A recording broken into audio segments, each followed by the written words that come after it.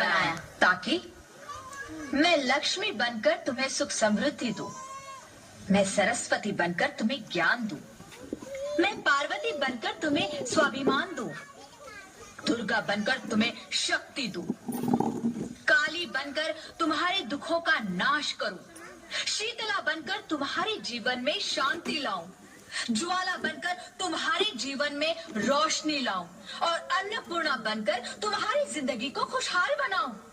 और तुमने हमारी जिंदगी को कोख में ही खत्म कर दिया। हमारा कसूर क्या था?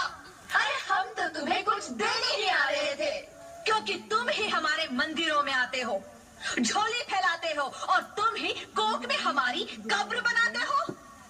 तुम जैसे लोगों को हमारे मंदिरों में आने का कोई हक नहीं है, जो मंदिर में आकर चुनरी उड़ाते हैं और कोख में ही हमारी बलि चढ़ाते हैं। हम तुम जैसे लोगों के घर अब कभी नहीं आएंगी, कभी तुम जैसे लोगों पर खुशियां नहीं बरसाएंगी, कभी नहीं। मुझे माफ कर दो, मैं डर गया था। मैं आजकल के हालात देख के डर गया था। हालात को दोष मत दो मूर्ख, ये हालात भी तुम जैसे गंदी सोच के लोगों ने बनाए हैं।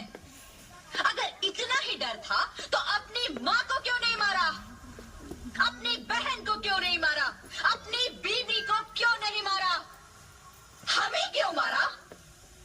डर तुम्हें लग रहा था तो तुम मरते, हमें क्यों मारा?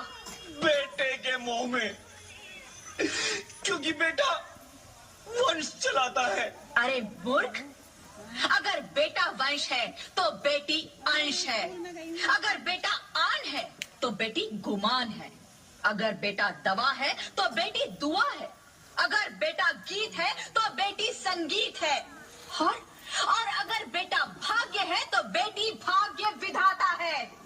यहाँ सबको माँ चाहिए, बहन चाहिए, बीवी चाहिए, मगर बेटी क्यों नहीं चाहिए? जबकि ओस की बूंद सी होती है बेटियां, माँ बाप को जरा सा भी दर्द हो तो रोती है बेटियां।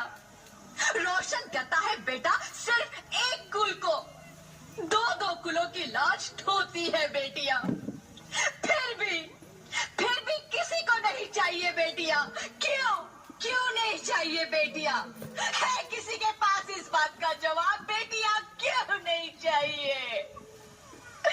हमारा क्या कसूर है?